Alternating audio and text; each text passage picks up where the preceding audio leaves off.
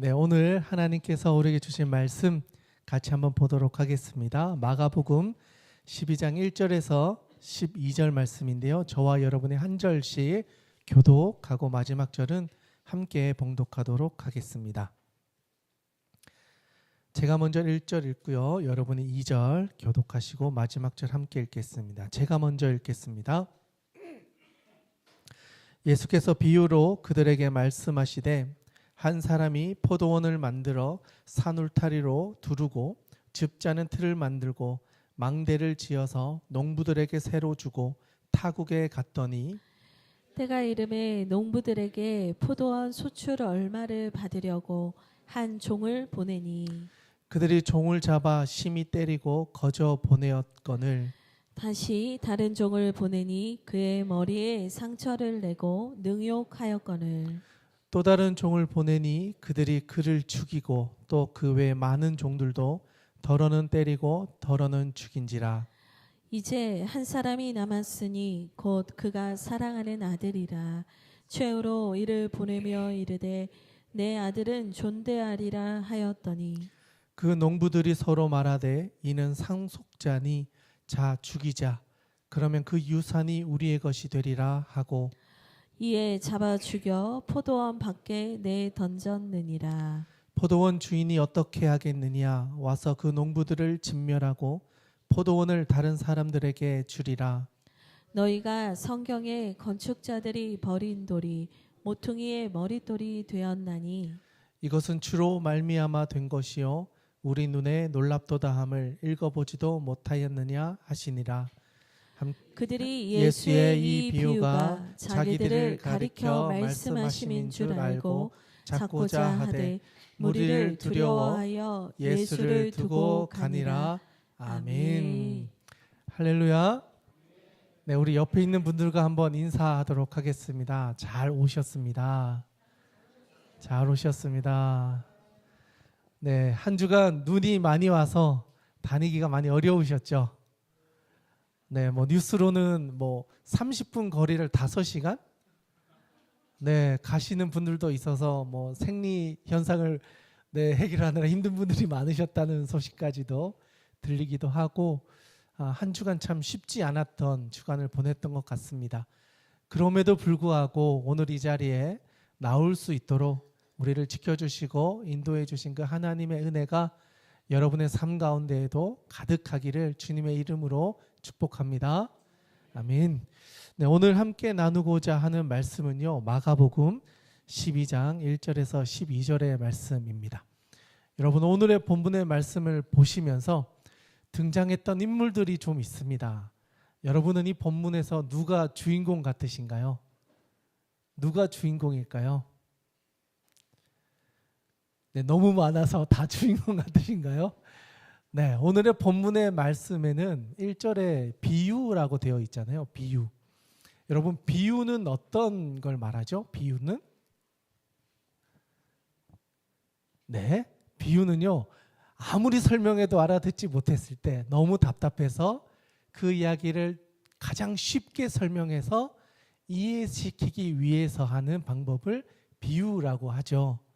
그렇다면 오늘의 본문의 말씀은 이 앞에 있는 사건을 봐야 왜 예수님이 이런 비유를 쓰셨을까라고 이해가 될 수 있다는 거죠. 그러면 오늘 본문 앞에 어떤 사건이 기록되어져 있을까요? 자, 성경책 있는 분들은 성경책을 펼쳐주셔서 11장에 있는 내용들을 한번 보면 좋겠는데요.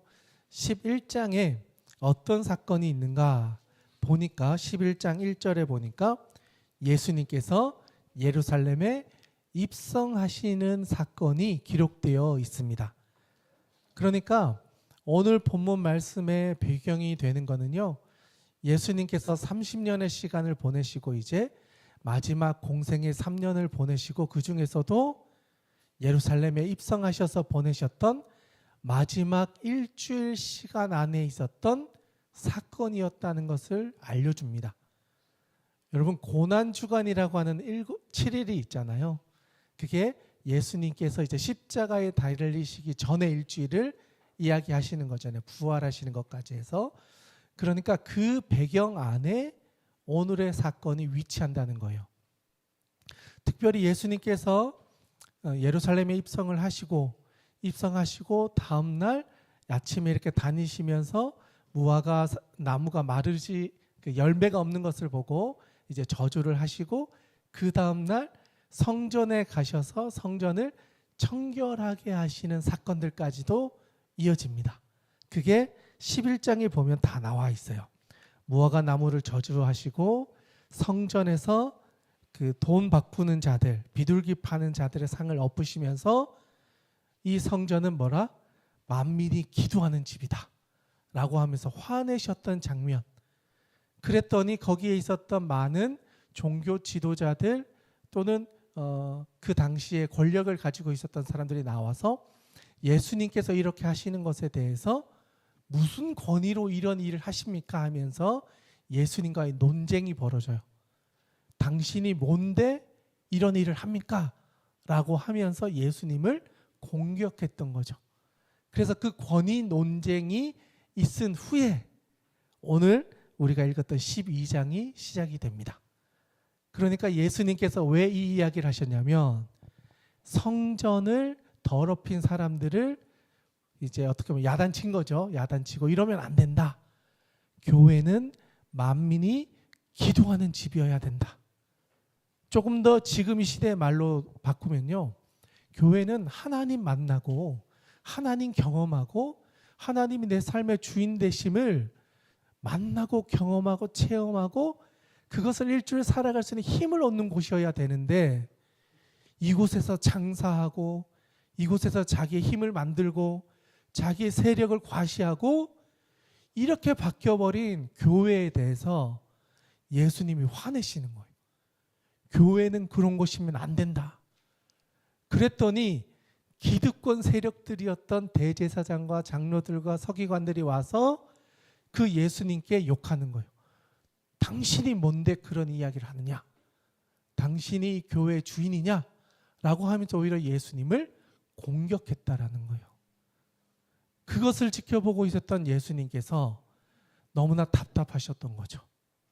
아, 얘들이 내가 이렇게 좋은 말로 타일러서는 이 교회가 무엇인지 교회의 주인이 누구신지를 이해하지 못하는구나. 그러니까 이들의 언어로 이들이 이해할 수 있는 수준의 이야기로 이 교회가 어떤 곳이어야 하는지를 알려주시는 거예요. 그래서 비유로 이 이야기를 하셨다. 그러면 여러분 이 비유에 담겨 있는 내용은 어떤 내용일까요? 바로 하나님의 교회는 어떤 곳이어야 하는지를 알려주는 비유라는 거예요. 여러분 교회는 어떤 곳입니까?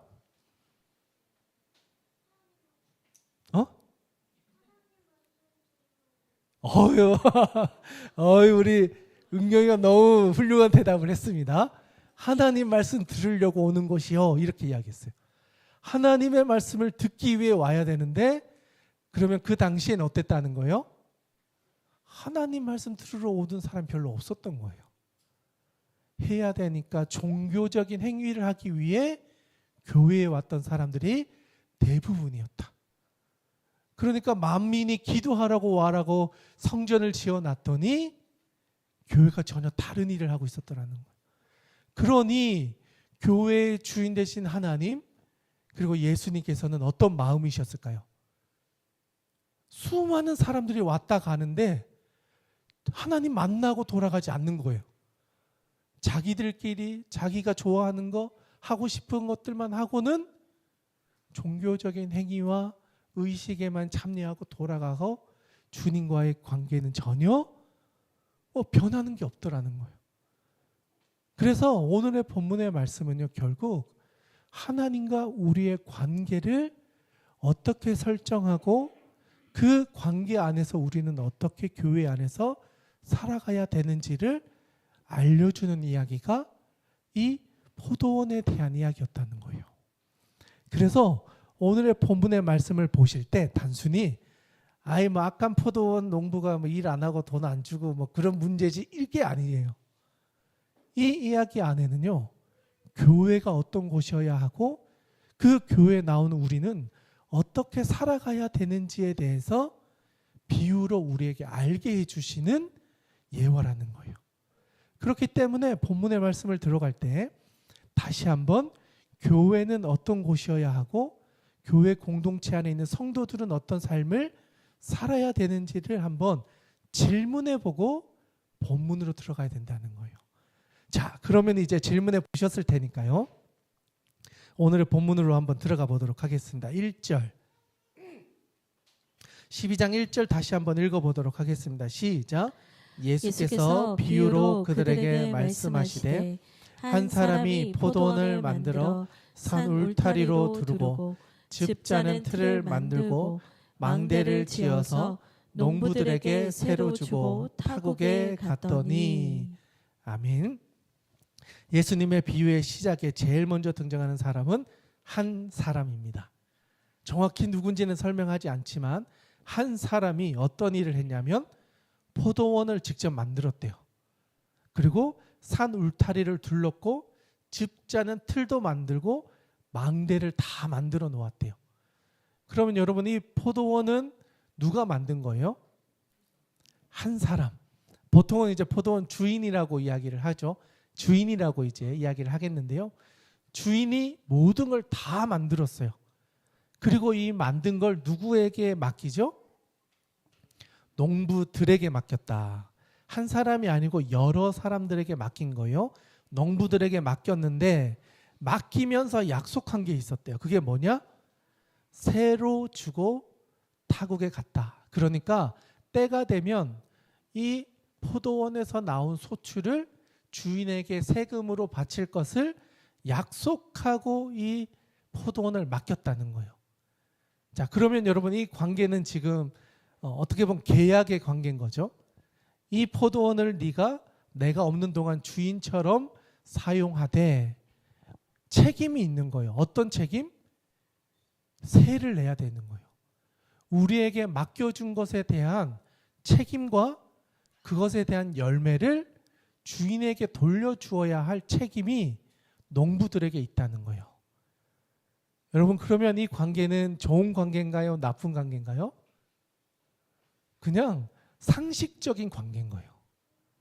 주종의 관계가 아니고요. 네가 이만큼 수고해서 이만큼 누리고 살게 된 것이 주인이 다 만들어서 너에게 준 것이니까 감사한 마음으로 그 세금에 대한 세를 주인에게 주는 건 당연한 거다, 이런 이야기를 하는 거예요. 그러니까 들었을 때에도 이런 일들은 뭐 우리 삶에 뭐 많이 있는 일이지 라고 생각할 수 있다는 거예요. 그러면 농부들에게 주어진 한 가지는요, 세금을 주인에게 줘야 된다는 의무를 가지고 있다, 이걸 이야기해 주는 거예요. 그런데 여러분, 이 농부들은 이 책임을 다 해야 되잖아요. 그런데 시간이 지나면서 이 농부들이 착각을 하기 시작해요. 어떻게 착각하냐? 이게 내 거라고 생각하기 시작한다는 거예요.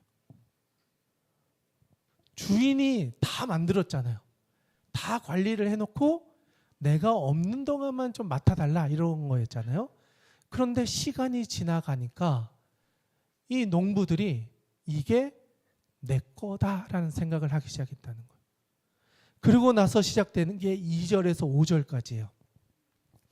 내 거다라고 생각하기 시작하니까 이들이 어떻게 돌변했는지를 보여주는 거예요. 2절부터 5절까지 같이 한번 읽어보겠습니다. 시작. 때가 이르매 농부들에게 포도원 소출 얼마를 받으려고 한 종을 보내니 그들이 종을 잡아 심히 때리고 거저 보내었거늘 다시 다른 종을 보내니 그의 머리에 상처를 내고 능욕을 하였거늘 또 다른 종을 보내니 그들이 그를 죽이고 또 그 외에 많은 종들도 더러는 때리고 더러는 죽인지라. 아멘. 어떤 상황이 일어났죠? 이제 농부들이 이게 내 거라고 생각하는 순간 그들이 당연히 그 주인에게 돌려드려야 될 세를 돌려드리지 않는다는 거예요. 세금을 돌리지 않는 것. 하나님의 것인데 내 것이라고 착각하는 순간 하나님께 드리는 게 아까워지는 거예요. 이거 내 건데, 내가 고생해서, 내가 수고해서, 내가 모은 결과인데 내가 이걸 왜 하나님께 드리지? 라고 생각하기 시작했다는 거예요. 그 상황에서 2절에 보니까요, 때가 이르매 라고 되어 있어요. 때가 이르매. 여기서 사용하는 때는요, 카이로스라는 단어를 사용하고 있거든요. 보통 성경에는 때를 이야기할 때 두 가지의 단어를 사용해요. 그냥 우리가 그냥 하루, 이틀, 3일, 4일, 뭐 1월 1일, 1월 5일, 1월 6일 이렇게 지나가는 시간을 크로노스의 시간의 개념으로 사용하고요. 카이로스는 어떤 인생의 변곡점이라든가 어떤 합의에 통해서 어떤 날을 지정했을 때, 이때 뭔가를 해야 된다라고 확정되어진 날, 그 달을 이야기하거든요. 여기서는요, 때가 이르렀다는 건 주인과 농부가 세를 받기로 약속한 그 때가 돌아왔다, 이런 의미를 담고 있어요. 그러니까 이 주인이 떠났잖아요. 그리고 새가 이제는 세를 받아야 될 때가 되었다는 말은 1년 정도가 지나서 추수할 때가 돌아와서 추수한 이제 열매들을 받게 되었을 때, 약 1년 정도 지난 거죠. 수고해서 열매를 거둘 때가 되었을 때 이제 그 세금을 받기 위해 사람을 보낸 거예요. 그런데 주인이 어떻게 보냈냐면 포도원 소출 얼마를 받으려고 한 종을 보냈대요. 여러분, 여기서 말한 얼마는요, 전부를 이야기하는 게 아니라 아주 소수를 표현하는 단어예요. 그러니까 다 달라는 것도 아니고 아주 소수를 세금으로 받았다는 거예요. 조금 더 이야기하면 주인이 착했다라는 거예요. 대부분 그 시대의 주인은요, 그 열매 반을 달라고 하거나 3분의 1을 달라고 하거나 아주 엄격하거나 욕심이 많았던 사람들이 대부분 주인으로 등장해요. 그런데 여기에 주인은 아주 일부를 받으려고 했다라는 거예요. 적은 수의 소출에 대한 열매를 세금을 받기로 하고 한 종을 보냈다. 여기서 사용된 종은요, 농부들과는 다른 단어를 사용해요. 둘로스라는 단어를 사용하고 있는데 이거는요, 주종 관계의 사람을 이야기해요. 이 사람은 주인에게 속해서 종처럼 부려지는 사람을 이야기하는 거예요. 쉽게 말하면 농부들은 하나님과의 어떤 평등한 관계에서 계약을 맺은 사람들이라면 이 사람들은 너는 내 거니까 내가 할 일을 너는 해야 돼. 그러니까 강제적인 관계를 맺고 있다라는 거죠. 그런 사람들을 보낸 거예요. 그러니까 이 사람은 거의 주인의 대리자로 볼 수 있는 사람들인 거예요. 주인이 한 일만 해야 되니까. 그래서 와서 그 조금의 세금을 주십시오 하고 갔어요. 그랬더니 어떻게 했죠? 12장 3절에 보니까 그들이 종을 잡아서 심히 때리고 거저 보냈대요. 그들의 반응이 뭐냐? 첫 번째, 때렸다. 여기서 사용하고 있는 단어가요, 우리는 그냥 때렸다라고 되어 있잖아요. 원어의 의미는요, 가죽을 벗겼다, 이런 의미를 가지고 있어요. 이 농부들이 이게 내 거라고 생각하니까 이것에 대한 소출을 받으러 온 사람이 오니까 그 사람의 가죽을 벗겨버릴 정도로 악하게 반응했다는 거예요. 그렇게 때렸다는 거예요. 완전히 죽기 직전까지 때린 걸 말하는 거예요. 그리고 어떻게 보내요? 내가 내야 될 세금도 주지 않고 빈손으로 돌려보냈다는 거예요. 그러니까 농부들이 어떤 사람이에요, 그러면? 이거는 상식적이지 않은 사람들인 거예요. 도저히 대화가 되지 않는 거예요. 주인은 그래도 인격적으로 대우했다는 거예요. 이 사람을 존귀하게 여겨서 불평등한 조약을 맺지 않았어요. 정말 평등한 관계로, 상식적인 관계로 이 사람에게 이것을 맡겨줬고, 그냥 거기에 대한 소수의 일부를 세금으로만 주면 네가 이걸 계속 관리할 수 있도록 그 힘을, 권한을 주겠다 했는데 1년 정도 지난 사이 이게 내 거라고 생각하기 시작하니까 이 주인도 이제 보이지 않는 거예요. 주인이 보낸 종도 거의 죽기까지 때려서 돌려보냈다. 이게 첫 번째 사람이 당한 일이에요. 그 다음에 또 어떤 일이 있죠? 4절에 가보니까 다른 종을 또 보냈어요. 주인이. 착한 주인인 것 같아요. 대부분 한 번 이 정도 당하면요, 직접 와가지고 그 사람을 혼냈을 거예요. 그런데 이 주인은 또 한 번 기회를 주는 거예요. 또 한 번 기회를 줬더니 그들이 어떻게 해요? 그의 머리에 상처를 내고 이번에는 능욕했다는 거예요. 이스라엘 문화권에서는요, 때리는 것보다 더 수치스러운 게 능욕을 당하는 거예요. 그냥 능욕을 당했다라고 하지만 그 당시의 문화권에서는 옷을 벗겨서 사람들 앞에서 수치를 당하겠다, 이런 의미가 담겨 있는 거예요. 그러니까 당연히 세금을 줘야 되고 받아가야 될 그 사람을 수치스럽게 만들어서 돌려보낸 거예요. 이번에는 이게 두 번째 사건. 그런데 주인이요, 이것도 참아요. 세 번째 사람을 또 보내요. 이번에는 어떻게 됐느냐? 5절에 보니까 또 다른 종을 보내는데 이번엔 어떻게 해요? 그를 죽여버렸다는 거예요. 처음에는 그냥 때리고 거저 보냈는데 다음에는 능욕을 시키고요, 그 다음에는 죽여버렸다라는 거예요. 여러분, 이게 농부들이 했던 일들이에요. 그러면 여러분, 이 비유는 누구를 향해서 하는 이야기일까요? 그 당시에 종교 지도자들과 이 성전의 주인이라고 행세했던 사람들이 지금 이런 꼴이라는 거예요. 수많은 선지자를 보내고 말씀을 들을 수 있도록 하나님의 사람들을 보냈는데 처음에는 때려서 보내고 수치스럽게 만들고 이제는 죽이는 일까지도 서슴지 않는 상황까지 왔다라는 거예요. 이 이야기는 하나님 아버지의 마음을 대변하는 거예요. 하나님이 다 만드셔서 그 인간들에게 인격적으로 관계를 맺어서 너희에게 필요한 걸 다 줬는데 시간이 지나니까 주인을 잃어버리는 거예요.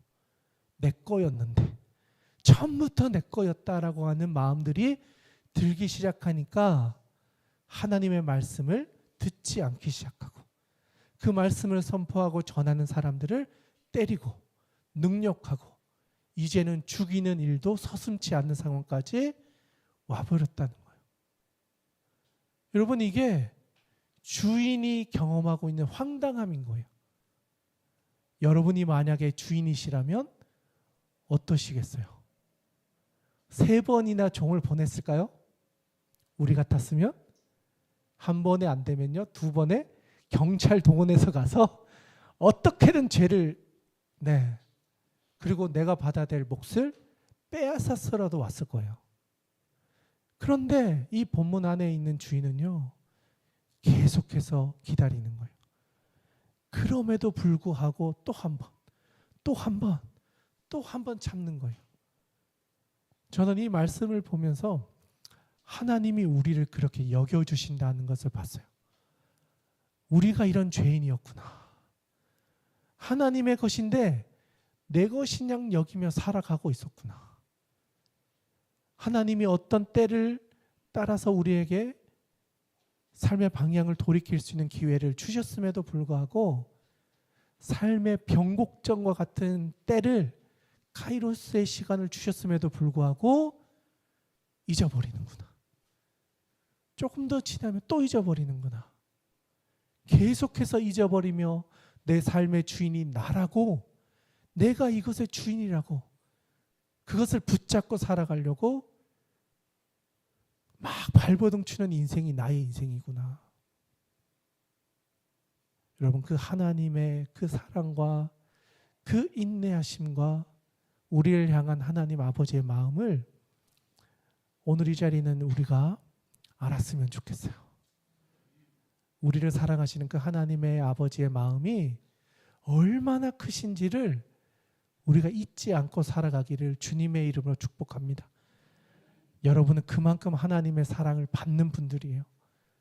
우리가 악해졌다 할지라도 하나님은 또 기회를 주시는 그 하나님의 사랑을 받는 저와 여러분이란 사실을 잊지 않으시길 바랍니다. 그 사람들에게요, 하나님이 또 한 가지를 이야기해 주세요. 그게 6절에서 8절 말씀입니다. 우리 6절에서 8절 말씀 같이 한번 읽겠습니다. 시작. 이제 한 사람이 남았으니 곧 그가 사랑하는 아들이라. 최후로 이를 보내며 이르되 내 아들은 존대하리라 하였더니 그 농부들이 서로 말하되 이는 상속자니 자 죽이자. 그러면 그 유산이 우리의 것이 되리라 하고 이에 잡아 죽여 포도원 밖에 내 던졌느니라. 아멘. 종들을 그렇게 대우했던 이 사람들이 이제는요 더 두려움이 없어졌어요. 이 농부들의 반응입니다. 먼저는 주인이 마지막 한 사람이 남았는데 그게 누구냐? 주인이 사랑하는 아들이래요. 너무나 사랑하는 아들이래요. 최후로 마지막인 거예요. 더 이상 기회가 없어요. 예수 그리스도를 보내는 하나님 아버지의 최후 통첩인 거예요. 이 예수님이 마지막이다. 이제 이것까지도 너희들이 듣지 않고 버려버린다면 이제는 내가 직접 가겠다라는 거예요. 최후로 마지막 한 사람, 그가 사랑하는 아들을 보낼 테니 그래도 내 아들은 존대할 것이다. 여러분, 이게 하나님이 이 농부들을 향한 상식적인 이해였단 말이죠. 그래도 내 아들이니 존대할 거야. 그런데 농부들은 이 상식을 넘어서 버려요. 어디까지 넘어서느냐? 그들의 욕심이요 끝이 없어요. 처음에는 세금을 주지 않는 거였잖아요. 그러니까 하나님이 다 주셨는데 하나님께 돌려드려야 할 세금을 돌려드리지 않았던 사람들이 이제 어떤 생각을 하냐면요, 이 사람은 상속자니 먼저는 이 상속자를 죽이자. 두 번째, 상속자가 없으니 이 유산이 내 것이 될 것이다. 포도원이 내게 될 것이다라는 거예요. 세금을 넘어서 이제는 이 포도원이 내 거가 될 거라는 거예요. 유산이 나의 소유가 될 거다. 여러분, 이거는요 진짜 무서운 말을 하는 거예요. 세금을 안 돌려드리는 건요 작은 일이에요. 그냥 뭐 100만 원 중에 10만 원, 11만 원, 뭐 5만 원 이 정도의 범죄라면요, 이제는 그 사람이 가진 모든 소유를 내가 뺏어오겠다라는 거예요. 유산을 가로채겠다. 여러분, 이건 무서운 말인 거예요. 그런데 농부들이 유산을 가로채자는 거에 마음이 하나가 돼요. 예수님을 죽이는 일에 적군 같았던 사람들이 다 한 팀이 돼요. 바리새인과 사두개인과 그 율법주의자들이 자기들끼리 싸울 때는 막 서로 원수처럼 싸우던 사람들이 예수님을 죽이는 일에 친구가 되어버려요. 저 예수만 죽이면 이제 이거 다 우리 거야. 이 성전의 주인이 하나님이셨는데 저 예수만 없으면 성전은 우리 거야. 우리가 이 종교적인 힘을 휘둘러서 모든 사람들을 우리 마음대로 할 수 있어 라고 생각하기 시작했다는 거예요. 여러분, 이거는요 진짜 상상할 수 없는 일을 농부들이 상상하기 시작했다는 거예요. 두려움이 없어졌고요, 하나님에 대한 이해가 없어져 버리는 거예요. 무서운 일을 저지르게 됐다. 그래서 실제로 어떻게 합니까? 8절에 보니까 잡아 죽였어요. 그런데 어떻게 해요? 죽여서 포도원 밖으로 내 던져버렸다. 하나님이 만들어 놓으신 이 모든 것에서부터 이 사람을 철저하게 배제시켜 버렸다. 이제는 우리의 세상이 되었다. 그것을 말해주는 거예요. 여러분, 이것은 비유라고 했잖아요. 그러면 예수님은 이 이야기를 왜 하셨을까요? 지금의 성전이, 지금의 교회가 하나님의 성전이었던 이곳이 이렇게 변질되어져 버렸다. 그 농부들의 마음을 대제사장과 서기관들과 종교 지도자들과 율법사들이 다 그렇게 하고 있었다라는 걸 말해주는 거예요. 그러니 예수님이 할 수 있는 마지막 길이 뭐냐? 하나님 아버지의 마음을 가진 그 사랑하는 아들로서 죽으러 가는 길을 가시겠다는 거예요. 내가 가야 이 길을 따라왔던 수많은 사람들을 살릴 수 있다. 내가 죽어야 이 고통과 이 아픔과 상처로부터 실패했던 사람들의 인생을 내가 구원할 수 있다. 이게 메시아가 가지고 있었던 십자가였다라는 거예요. 우리는 대신 짊어질 수가 없어요. 우리는 다 농부거든요.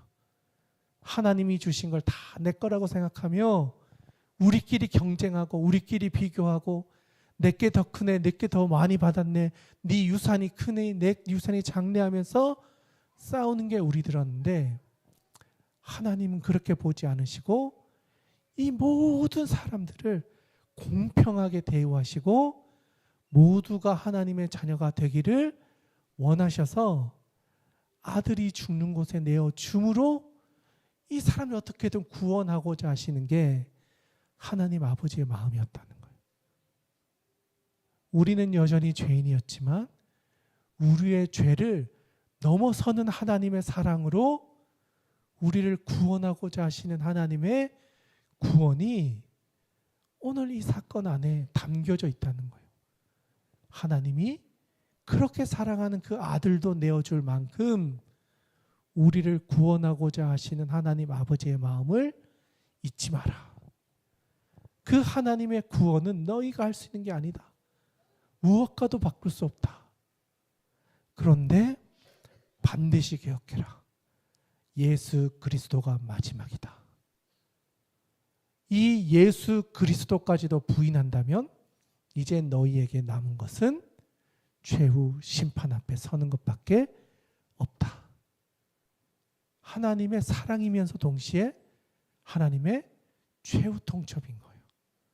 그래서 그 아래에 있는 마지막 한번 읽어보겠습니다. 9절에서 12절까지 같이 한번 읽어보겠습니다. 시작.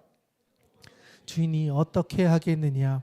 와서 그 농부들을 진멸하고 포도원을 다른 사람들에게 주리라. 너희가 성경의 건축자들이 버린 돌이 모퉁이의 머릿돌이 되었나니 이것은 주로 말미암아 된 것이요 우리 눈에 놀랍도다 함을 읽어보지도 못하였느냐 하시니라. 그들이 예수의 이 비유가 자기들을 가리켜 말씀하심인 줄 알고 잡고자 하되 무리를 두려워하여 예수를 두고 가니라. 아멘. 9절에서 예수님이 말씀하십니다. 포도원 주인이 어떻게 하겠느냐. 마지막으로 예수 그리스도를 보내셔서 그 이야기를 듣고 존귀하게 그 이야기만큼 듣기를 바라셨어요. 그런데 그것도 듣지 않았다면 그 뒤에 보니까 그 농부들을 진멸하고 포도원을 다른 사람들에게 주리라. 그에게 주었던 포도원을 이제는요 빼앗아 버리고 다른 사람에게 줄 것이다. 그렇게 말씀하셨어요. 여러분, 이거는요 하나님의 크신 사랑과 함께 그 사랑을 잊어버린 사람에 대한 하나님의 그 애증의 모습들이 동시에 나타나는 거예요. 내가 너희를 이렇게 사랑하고 이렇게 기회를 주고 돌아오기를 바랬는데도 불구하고 마지막 예수 그리스도까지도 부인한다면 마지막으로 너희에게 남겨진 것은 최후 심판 앞에 서는 것이다. 그때에는 너희가 받았던 그 모든 것을 빼앗기고 그 포도원에 들어갈 수 없게 될 것이다. 그리고 나서 이야기합니다. 10절. 너희가 성경의 건축자들이 버린 돌이 모퉁이의 머릿돌이 되었나니 이것은 주로 말미암아 된 것이요 우리 눈에 놀랍도다함을 읽어보지도 못하느냐. 여기서 아주 중요한 이야기를 해요. 여기서 성경의 건축자들이 버린 돌이. 여기서 건축자들은 누굴까요? 그 당시에 힘을 가진 사람들, 종교 지도자들, 율법사들. 그 사람들이요, 버린 돌이 있어요. 왜 이 돌을 버렸을까요? 자기들이 만들고자 하는 건축물에 맞지 않는 돌이었다는 거예요. 우리는 가로 세로 5cm, 5cm, 5cm의 벽돌로 건물을 짓고 싶은데 이 돌은 내가 원하는 그림의 돌이 아니었다는 거예요. 그러니 이 돌을 빼서 버려버렸다는 거예요. 왜? 내가 원하는 건물을 짓기 위해서. 그 당시의 종교 지도자들과 바리새인과 그 당시 힘을 가졌던 사람들이 원하는 종교, 그들이 말하는 제사, 그들이 말하는 성전, 그들이 지켜왔던 것들을 지키기 위해서 예수는 맞지 않다는 거예요. 우리가 만들어 놓은 이 견고한 이 성이 무너지지 않게 하기 위해서 우리와 맞지 않는 예수 그리스도를 버려버렸다는 거예요. 이 돌은 우리와 맞지 않아. 건축자들의 버린 돌이요. 그런데 이 돌이 어떻게 돼요? 뒤에 보니까 모퉁이의 머리돌이 되었대요. 여러분, 머리돌은 뭐죠? 우리나라는 건축하면 왜 다 만들고 난 뒤에 위에 2025년 몇 월 며칠 이렇게 해서 건축했다 이렇게 딱 새기잖아요. 근데 이 히브리 사람들에게 건축은 뭐냐면요, 가장 튼튼하고 안전하고 힘을 받을 수 있는 돌을 세우고 그 돌을 중심으로 건축을 시작해요. 토대가 되는 돌이, 모퉁이에 버렸던 그 돌이 건물의 시작점이 됐다는 걸 말하는 거예요. 종교 지도자들은 예수를 버렸는데 하나님은 그 버린 돌을 시작으로 교회를 세워가시겠다는 거예요. 예수 그리스도가 교회의 토대가 되어야 된다는 거예요. 예수님으로부터 너의 신앙이 시작돼야 돼. 보이는 건물이 아니야. 이 성전이 아니야. 사람들에게 인정받기 위해 너희가 만들어놨던 종교 시스템이 아니야. 예수 그리스도가 너희의 신앙의 시작이 돼야 돼. 예수가 너희의 구원의 시작이 돼야 돼. 어떤 것도 그 예수님을 대신할 수 없어. 그 예수님이 여러분의 신앙의 중심이 돼야 되고 거기서부터 신앙이 시작된다는 사실을 말하는 거예요. 시편 118편에 있는 이야기예요. 예수 그리스도가 이 모든 것의 시작이 되셨다. 그래서 다음 절에 이렇게 이야기하는 거예요. 이것은 주로 말미암아 된 것이요. 우리의 주인 되신 예수 그리스도로 말미암아 된 것이다. 그리고 뒤에 우리 눈에는 놀랍다. 본 적이 없거든요. 버린 돌이었는데 그 돌이 건물의 시작점이 되었고 그 건물을 시작으로 아름다운 성전이 만들어지고 교회가 시작되어진다. 그걸 예수 그리스도께서 그 당시에 있었던 모든 사람들에게 깨닫기를 바랬다는 거예요. 아무리 말해도 알아듣지 못하는 그 시대 사람들에게 비유를 통해서 예수 그리스도로부터 너희의 신앙이 시작되어지고 그 예수 그리스도가 너희의 삶의 주인이 되셔야 돼. 그래야 교회가 시작되는 거야. 그래야 너희의 성전이 세워져 가는 거야. 그래야 너희가 하나님의 포도원에서 살아갈 수 있는 농부가 되고 끝까지 그 포도원 안에서 하나님이 주신 것을 받아 누릴 수 있게 되는 거야. 예수 그리스도를 절대 포기하지 말고 놓치지 마라. 이 이야기를 해주신 거예요. 그랬더니 마지막, 오늘 본문의 마지막 12절에 그들이 예수의 이 비유가 자기들을 가리켜 말씀하신 줄 알고 잡고자 하되 무리를 두려워해서 예수를 두고 갔다. 이 이야기를 들었지만 그들은요 여전히 깨닫지 못했어요. 그 자리에 모여있는 무리들이 두려웠고 무수히 많은 사람들의 혹시나 일어날 밀란들이 두려워서 그 자리를 피하고 예수님을 떠나버렸다. 저는 이 비유가요, 오늘 이 시대를 살아가는 우리들에게 또는 신앙을 가지고 있는 우리들에게 다시 한번 우리의 신앙의 토대는 무엇입니까? 여러분의 신앙의 시작은 무엇이었습니까? 여러분의 교회는 어떤 토대 위에 세워져 있고 그 교회는 그 토대 위에서 잘 세워져 가고 있습니까? 이걸 정직하게 물어보고 있는 거예요. 바라기는 오늘 이 자리에 있는 여러분들의 신앙의 시작이 예수 그리스도이기를 바랍니다. 그분으로부터 시작되어 그분으로부터 끝나는 인생 되시기를 바랍니다.